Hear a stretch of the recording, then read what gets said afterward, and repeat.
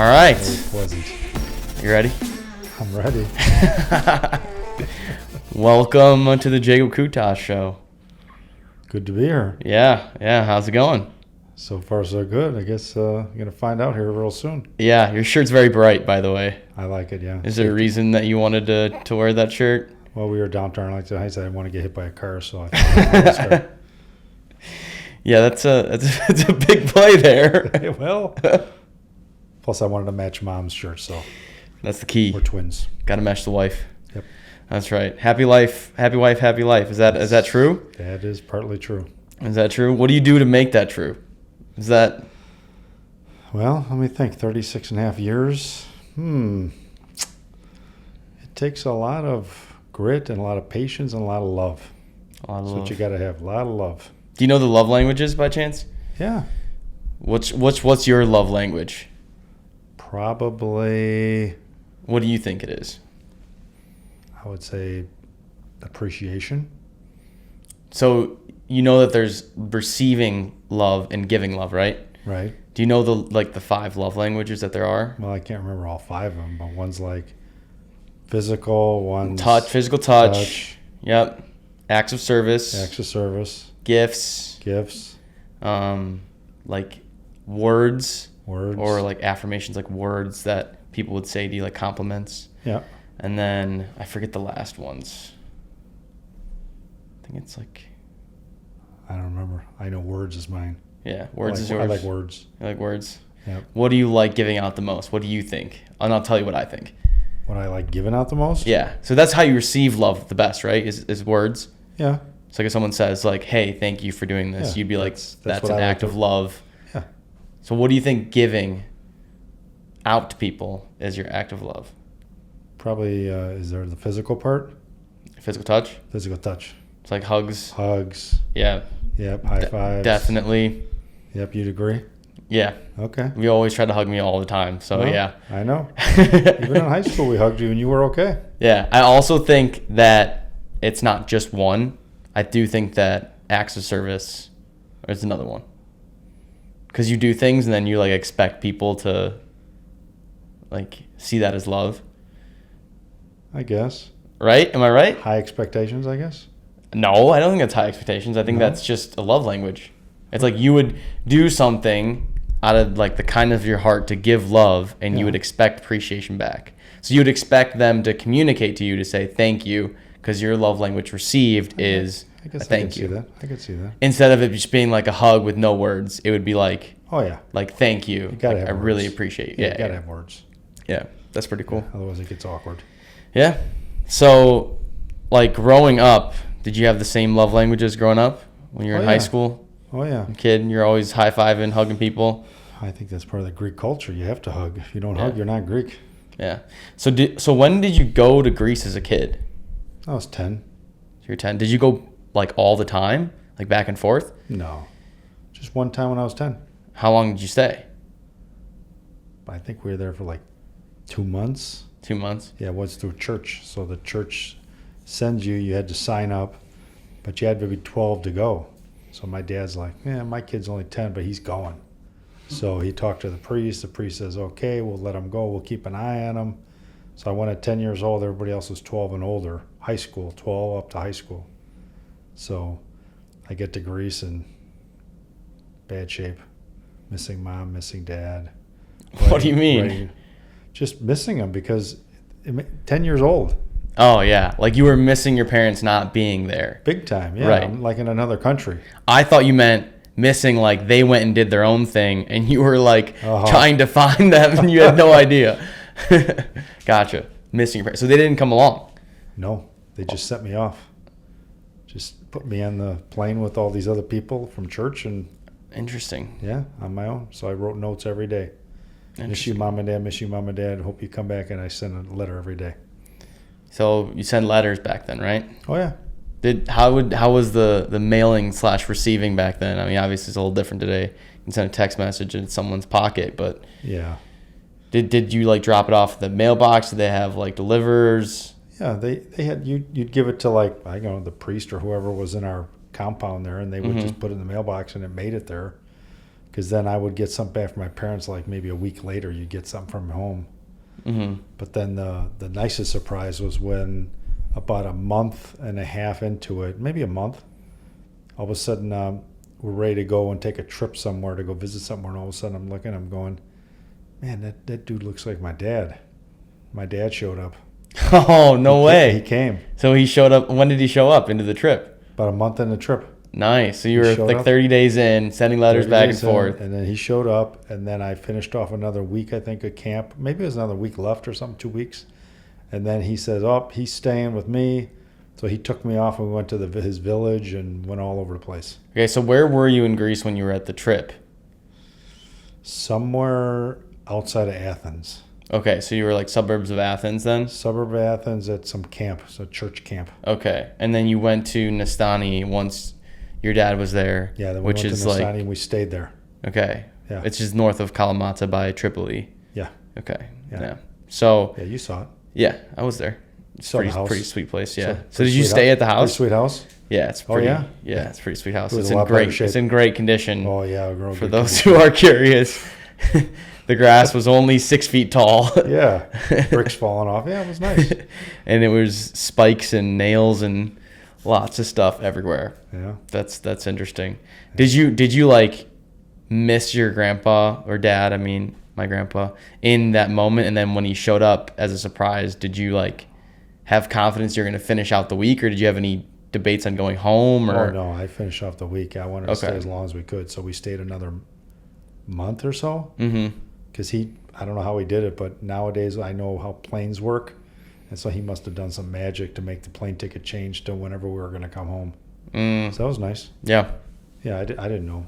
Yeah. All I knew was I was going to be with my dad, and I had to talk Greek, and we went to his house, and we hung out, and we had weird cereal with weird milk. It was all good. What's like the weird culture shock and culture difference between like growing up Greek versus, I mean, you've seen kids grow up in America. Like what's some of the big differences? Well, in Greece, they just they all work. They go to school, and they don't have a whole lot. So you just hang out with your friends. You get a bike, and you just kind of hang out and just do stuff. Yeah, it's not. There wasn't a whole lot to do. Yeah. Yeah. So like talking about working in Greece, did you ever have like a farm that you had to work on in those months that you were there? No, I didn't work on a farm, but my dad told me about, your grandpa told me about how he worked on a farm and all these stories, and they had to bale hay and all this stuff. And then one time, I guess, I don't know how true it is, but he said a snake was in there, and he grabbed the snake by the neck and he wrestled it to the ground and saved his sister, and I don't know. So how true it is, I don't know, but I believe it. If he told me that. Do you have any crazy stories from your childhood, from like back here in the States, where you had something like that happened to you that people don't believe? Wild stories. Yeah, when you were a kid in high school, what's something crazy that you did that you like people don't believe if you tell them the story? Well, we did some dumb things in high school, that's for sure. We at soccer practice, there was this kid, Steve, and his parents, his dad was like an executive for 7-Eleven. They always traveled, so they were never home. But they gave him a car. They gave him a little, almost like a Mini Cooper kind of a car, small. So a bunch of us got together, and I think Steve was maybe in the shower. So we all went outside and got his car, and we all grabbed the bumpers, the front and the back bumpers, and we kind of like jostled the car and put it in the middle of the soccer field. His car. No way. His car from So the parking lot to the middle of the field. That's pretty unbelievable. So you just picked up his car? Well, we couldn't pick it up, but you can kind of rock it, like the back 2 tires and the front 2 tires. You kind of like move it like a heavy desk or something like that? Like a heavy desk. You just kind of wiggle it. We wiggled it all the way to the middle of the soccer field. How many people were in the? There had to be like 10 of us. Okay. Yeah. That's whose idea was it? Was it your idea to do that? Not my idea. Somebody said, "Hey, let's put Steve's car out in the soccer field." Okay, and then we did it. You were just like, yeah, why not? Why not? Sounds like a good idea. So did he drive off, I'm guessing? Oh, he drove off. Did you guys get in trouble for that at all? Sort of. So what does sort of in trouble mean? We had to run the next time we got started. We had to run extra. Who found out? Coach. Like, how did he find out, though? He came out there. And he saw the car? He saw the car in the middle of the field with all He of was us like, standing "What there. is-" We're like, okay. Oh, so you guys got caught red-handed. We got busted. And Steve didn't know until he got out of the shower. Yeah, and he's like, "Where's my car?" Where's my car? And he goes, it's out there. Who told him? Nobody. We all were watching him, see what his response would be. I feel like He's that's a pretty sweet prank I to thought pull. it was pretty good. That's awesome. I've heard of a couple other pranks that happened specifically from high school. Do you have any other pranks that happened that you weren't involved in but that you saw or heard of? Well, I was involved in another one. There was this, you ever heard of Cuba Road? But Cuba Road was the this big, scary road with a bunch of ghosts. Yeah, ghost stories. Yeah. Yeah, so we did the ghost story. So we took a bunch of us got in a car and we went down and we put like masks on and all this stuff. And then we go down and then we would do different things. Like once in a while we would like, okay, who wants to do it this time? And then like 2 people raise their hand. So, and there's no lights on Cuba Road. So Yeah. we said, okay, these 2 people, they raise their hand, they get out of the car, and then we book. And they stand there, and then they got to walk down the street by themselves. No Pitch way. black. And then we'd come back and pick them up later. And they're like, what happened? Oh, man, there was ghosts everywhere. Yeah, okay.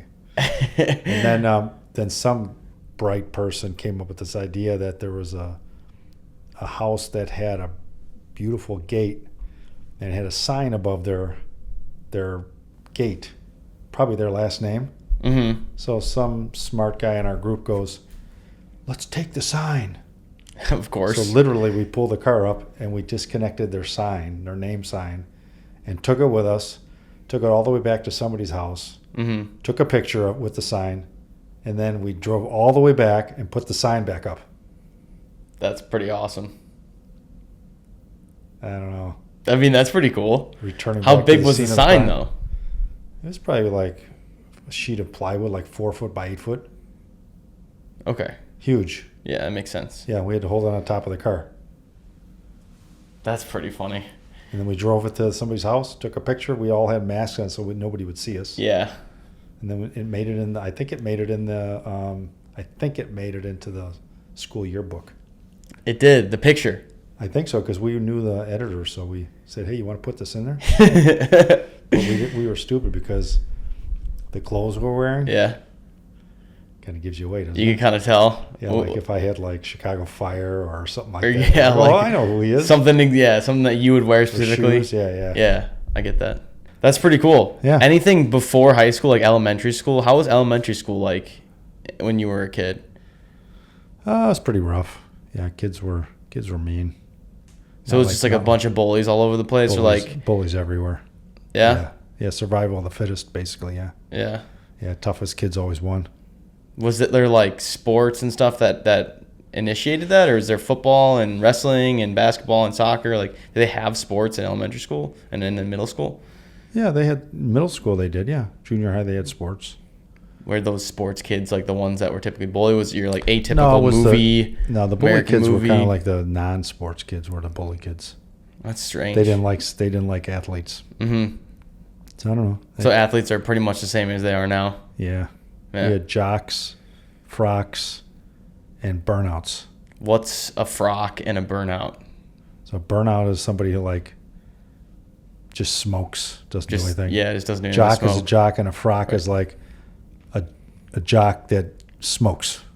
So they got the smokers, the athletes, and then the smoking athletes. Smoky athletes. And then you got the, I don't know what you call them, greasers or something like that. The kind of like the people that work on cars and wood shop and all that stuff. Those Like the machine shop guys. Machine shop guys, your machine shop, your auto guys, your car guys. Yeah. No sports. Didn't smoke, but they just worked on cars and stuff. Yeah. Yeah. Which is fine. I guess you called them greasers back then, right? Yeah. I guess the term turned into what? Grease monkey after that? Yeah. Which is like working with cars and grease Yeah, I and don't know oils. how they came up with that. I mean, I'm guessing they just Nobody went looked from like a greasers. monkey, but I don't know. I think that was part of the derogatory term. Yeah, I think so. They were trying to be mean, but Can't say that these days. yeah, no, I mean, unless you're being positive, you could be like, man, you're a real grease monkey. And then like, that's him working on a car and doing a good job, Yeah. which could be a compliment. Yeah, unless it's a female. I guess. I guess there's female monkeys. Yeah, that's how it works. So I guess, yeah. Could work. Yeah. What about like elementary school going back? Did you guys have to wear like uniforms or anything, or No. was the policy strict, or is it pretty as open as it is right now? Just like it is now, yeah. You just show up with whatever you want. We didn't wear pajamas, though, I can tell you that. No pajamas? Not like nowadays, no sweatpants. You wore pants, shirt. Yeah. Like collared shirt, or was that standard, or no? No, Or I is it think just regular t-shirts. t-shirts? I think and stuff? t-shirts, yeah. Okay. Yeah. Just regular graphic tees. So it's basically how it is today. Yeah, I think to so. some level. Yeah. What did you guys learn in elementary school? Because right now, some of the elementary school and middle school kids learn some pretty advanced stuff. Do you remember at all what the curriculum was at all? It was, the basic classes, science, reading, Yeah. all that stuff. Because right now, I know that like some 7th and 8th graders are learning coding. Oh.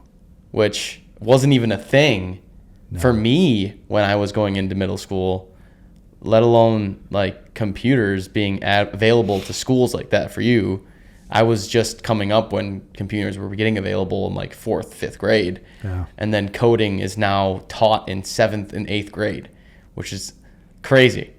What's your thoughts on that? I learned coding when I was in college. That was the first time I ever had coding. So you do have some coding experience.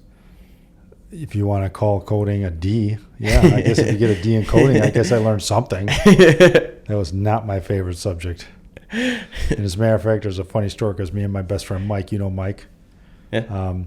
So we were in the same class, and there was this other guy, I can't remember his name, and Mike kept saying, our final is on this time at this day.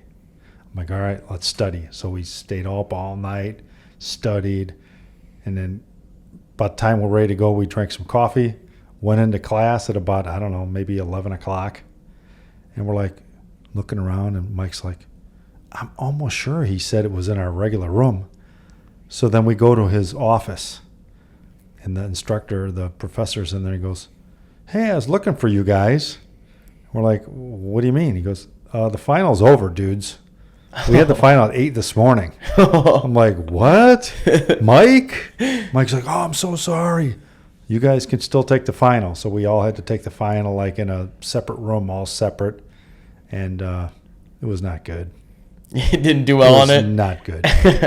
So you did miss a final. I didn't miss it. We took it. But like you missed the original one. We missed the original one, and he gave us clemency, and he let us take it later. That's kind of nice. Which was right in the spot. Which nowadays would be like super crazy because the people that take it early or take it later, they're always in communication with their classmates about answers or questions or whatever. So that's a complete different thing that it is now than it was before. Because if you took it 2 hours after, everyone that was fresh from the test could have told you all of the questions. That's true. But luckily you guys... We didn't have cell phones or anything, so... So there's no way to communicate. We would have had to meet with them in somewhere and then talk about it, but... Yeah. Yeah. I think they just finished when we got there, so it was like, there's no time. Yeah. How was your college experience like? Where'd you go? Like, did you go away to college? Yeah, UW Green Bay. Yeah. Yeah, went there. Played soccer. It's good. School was okay. Wasn't too much into school, but I did the best I could. Yeah. Good experience. Yeah. How was soccer at UW Green Bay? Oh, yeah. Were you guys good that year? What division did you guys play in? Division I. Like what? Yeah, I know Division I, but what region? Was there regions back then? Yeah, I think we were maybe Great Lakes or something like that. Okay, the Great Lakes. Great Lakes, yeah. We were pretty much all Wisconsin, Illinois, Minnesota. I'm guessing Michigan as well. I think Michigan. Right? Yeah. Okay. Yeah, it was good. Nice. Yeah, we had a strong team. What was the best and worst part about playing soccer in college? Worst part was probably dedication. You have to be there all the time. It's a lot of work. Getting up at 5 a.m, working out, and so that was rough. But best part was like when you play games, and our coach was good. He let us go to schools on our off season, and we got to work with kids, like clubs and stuff like that. So they took a bunch of us that were good, skilled players, and they brought us over there, and we kind of like put on like clinics, I guess. Oh, like kids soccer club. Kids camps. soccer club camps, yeah. Yeah, okay. Yeah. It's pretty atypical. Well, Yeah. pretty typical, actually, that Yeah. you see nowadays. I mean, you see mostly high schoolers, actually, with some of the local clubs. I've seen a lot of high schoolers do, like, the mini camps with, like, the 4 or 5-year-olds. And then sometimes you see, like, the high school kids do, like, the 9 to 13-year-old camps where they, like, just help out. Right. They're not necessarily running the whole thing, but they're kind of just helping out. Yeah. But were you guys running the actual camps yourselves? What was you? We were like demonstrators. The people that were running it would say, hey, can you guys show them what we're talking about with this and that crossover, this and that, and how to shoot, how to properly trap? Yeah, so it's pretty much the same as the high schoolers that we've seen at local clubs too. Yeah. Which is pretty cool. What was the worst experience of soccer in college? San Diego State game. What happened? Well, at the time we were in California, running up and down the coast there, playing colleges, and then we were ranked 19th in the nation. And then we came across this team, San Diego State University, and not one of their guys was over like 5'6", 5'7". They were all little shrimpies, and we're like, we're gonna take these guys pretty easily. But what we think happened, we were in their big their football coliseum. And for some reason, San Diego is not that hot. I mean, not that humid down there usually. Mm-hmm. So we think the field was really wet and it was really humid. So a lot of my guys, my buddies were saying that, I think they rigged the game. They turned all the sprinklers on and they made it super humid. So it's hard to breathe when you're running. You think that could rig a game, though? I don't know. It's kind of weird. I feel like having the water in the field is nice, though. It was nice, but it was just humid. We were not used to that level of humidity. I mean, like 100% humidity, basically. Like fog, yeah. Yeah. And these guys were short, but they beat. I think it was like 4-1. They beat us, so it kind of knocked our rankings down. But the game, there was a game before that. We were ranked 19th still. Went down to St. Louis University, mm-hmm. where your brothers and sister went, mm-hmm. and they were ranked like 7th. So we were going to play them, and we show up to the field, and all the lights were off. We're like, what's going on here? And the coach is like, something's wrong here. I hope they don't get the day wrong. So anyways, long story short, coach gets out, calls the coach, and says, hey, they closed the field. They won't let us play. It's too wet. No way. We're like, it wasn't raining at the time. It rained probably before. Yeah. It wasn't raining. I'm like, we always play soccer in the rain. Yeah. As long as no lightning. Mm-hmm. So we never played St. Louis University. Wow. Ever. Just because they canceled it because of the no field makeup, conditions?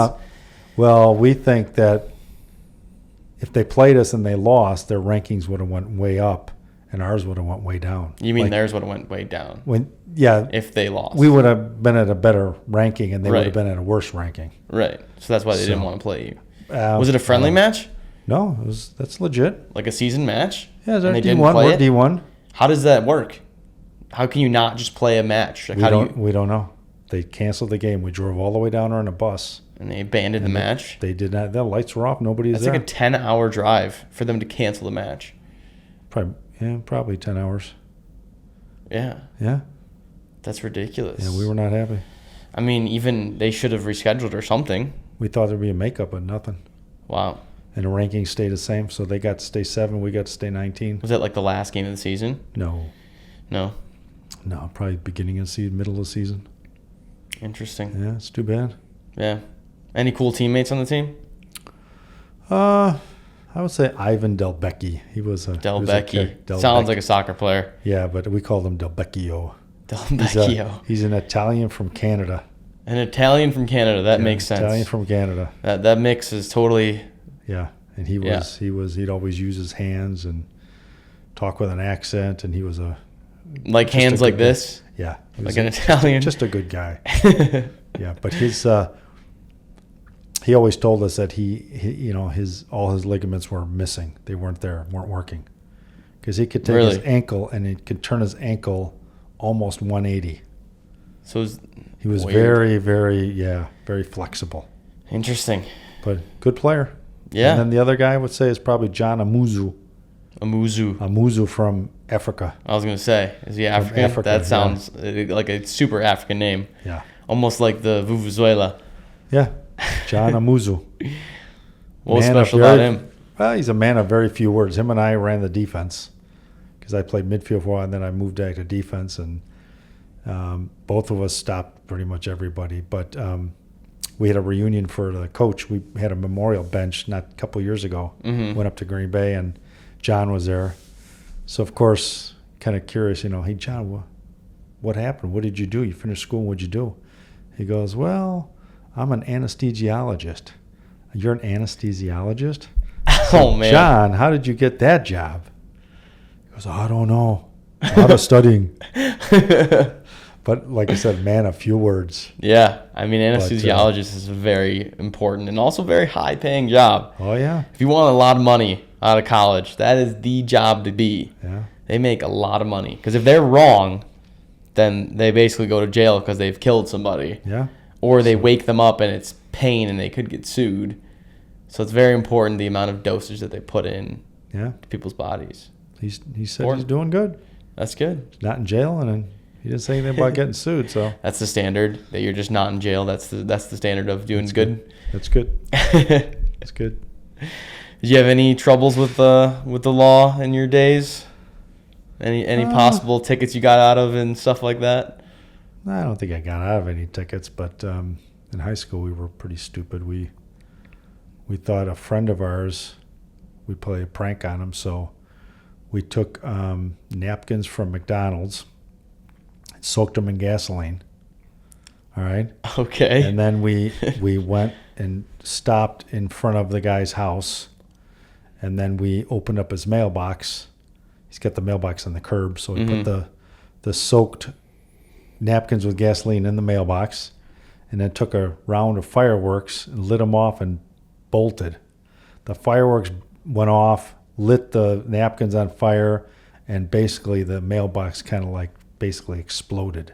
Oh my goodness! So you almost set this man's house on fire. Well, no, the mailbox is on the curb of the street, way away from the house. Yeah. Not attached. Not attached. Okay. It was attached. We weren't that stupid, but we were stupid in the fact that we didn't realize that mailboxes are federal property, so that was a federal offense. So we're talking big problems. Yeah. So, anyways, the police. They always say you return to the scene of a crime. Well, we returned to the scene of crime to see what it looked like. Yeah. And then waiting there were the police and the homeowner and the whole thing. But it was our buddy.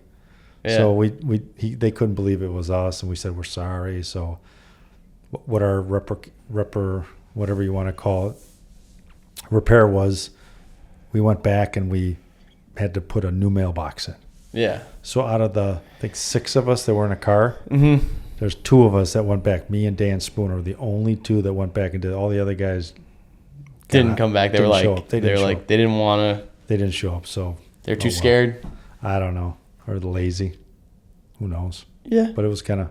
I mean, it could be scary to show up there again after with cops there and stuff. But we learned our lesson. We learned about the laws and all that stuff, and we didn't get recorded as a federal offense. Yeah. We didn't. I mean, it's like you did it in like the eyes of a prank. Like you weren't trying to attack the mailbox or make a statement, but then you also learn like from the law, from the police officers, obviously what the consequence would have been if that was what your intention was, without replacing it, obviously. Yeah.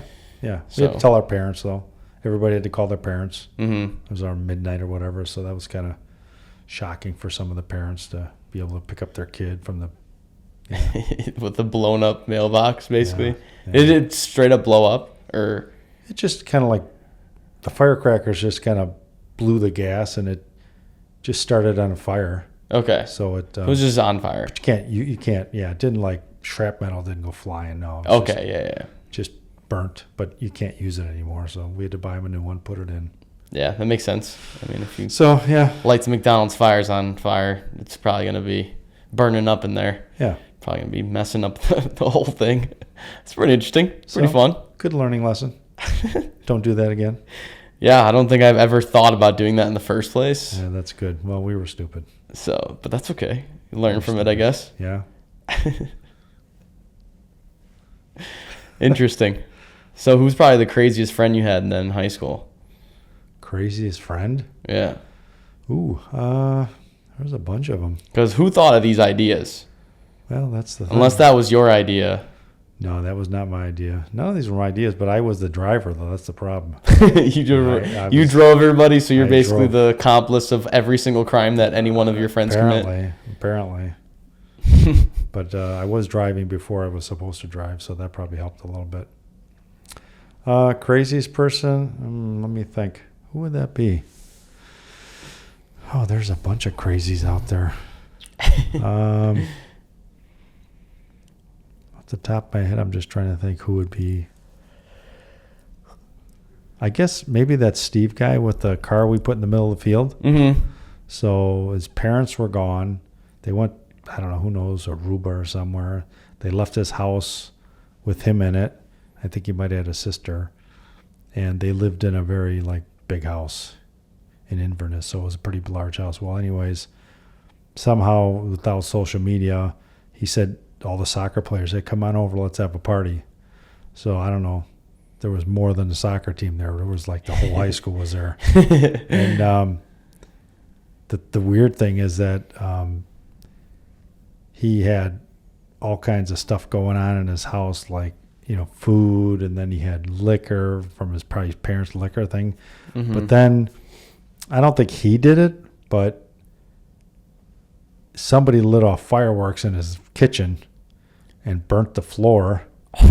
So, I mean, that was kind of crazy. So I don't know. There's some crazy people that came to the party. Yeah. Outside of soccer, but somebody lit fireworks off in the house and it wasn't good. And then the next thing you know, the neighbors must have called the cops, and then everybody's running. Well, camera shot down on us, but that's all right. We'll live and we'll learn. Fix it up. But we'll definitely have you on for longer sesh. Okay. We'll get this camera all fixed up with some better cooling, hopefully. We'll see. Be good, yeah. Yeah, we'll see. But thanks for coming on. Appreciate it. Good questions. And, we'll get you back on. Appreciate you coming out. Thank you.